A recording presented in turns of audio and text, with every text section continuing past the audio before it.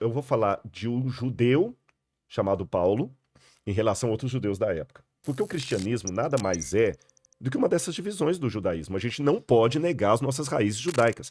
A pior coisa que houve no cristianismo Sim, porque Jesus era judeu.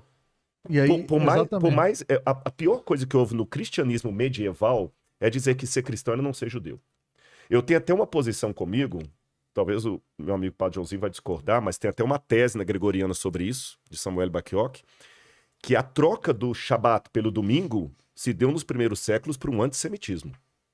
Quando você pega algumas igrejas cristãs ali que queriam a todo custo provar que eles não eram judeus. E começaram então a se reunir num dia depois do Shabat. Mas Paulo, na época, já sentia essa dificuldade, Joãozinho, de testemunhar para um judeu o que aconteceu com ele de Yeshua. E Paulo descreveu o seguinte, em 1 Coríntios 1, verso 18. Certamente a palavra da cruz é loucura, né? E ele fala o seguinte, nós pregamos a Cristo crucificado, escândalo para os judeus e loucura para os gentios, tá certo? E quando a gente vai para Romanos, vem a principal diferença. Tá falando da linguagem da cruz, né? Exatamente. Eu vou deixar até minha cruz aqui. A cruz é loucura. Vou colocar a cruz aqui no meio. E não é só pro judaísmo da época, não. Porque na época que Paulo escreveu isso, cruz era uma coisa tão terrível, que tem um texto de Cícero tentando defender um homem chamado Rabirus.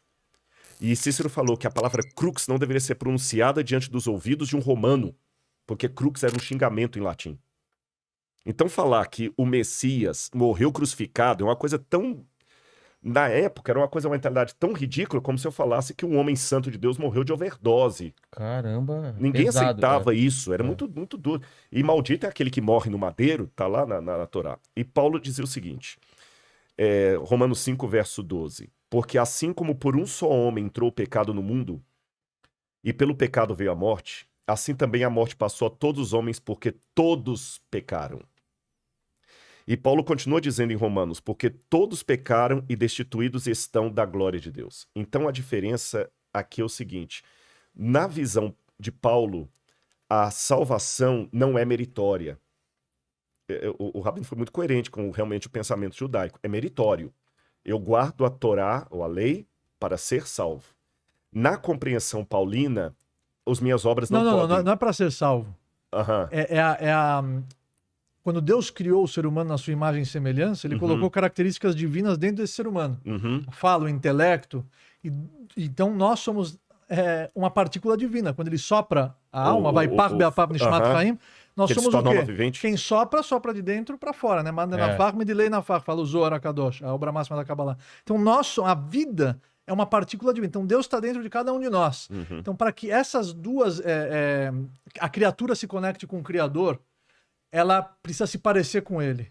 Então, assim como ele é por si próprio, nós também vamos adquirir esse mérito por nós mesmos, através dos preceitos. Isso, exatamente. Através dos preceitos. Esse é o ponto.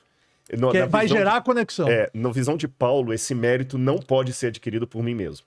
Essa é a diferença. Ah, tá. Né? O mérito, ele é da morte de Cristo na cruz do Calvário, morte intercessória em nosso lugar. Que Pelo judaísmo não. Pelo judaísmo é cada um por vai si. Plantar. Essa é a diferença. Inclusive tem uma frase, o seu quinhão já está lá, você precisa só plantar para colher os seus frutos, para colher os frutos do futuro. É só essa diferença sutil que eu queria colocar, a diferença. As obras não são o meio, né? Eu usei a palavra salvação aqui, que é uma palavra mais cristã até, né? As obras não são o meio nem a causa da minha salvação, mas o resultado dela. E essa leitura de Paulo, ela vai muito em Santo Agostinho. Santo Agostinho, ele teve uma vida pregressa, devassa, você sabe disso, não estou desrespeitando Santo Agostinho aqui, quem lê Confissões. E ele falou assim, parece que tem um poder ruim em mim que me aponta para coisa errada, porque quando eu era criança, tá nos Confissões, eu queria roubar as peras da casa do vizinho para comer. Por quê? Era fome? Não, tinha comida na minha casa. Era vontade de comer pera? Não tinha pera na minha casa. Era o velho homem que agia em mim, tá certo?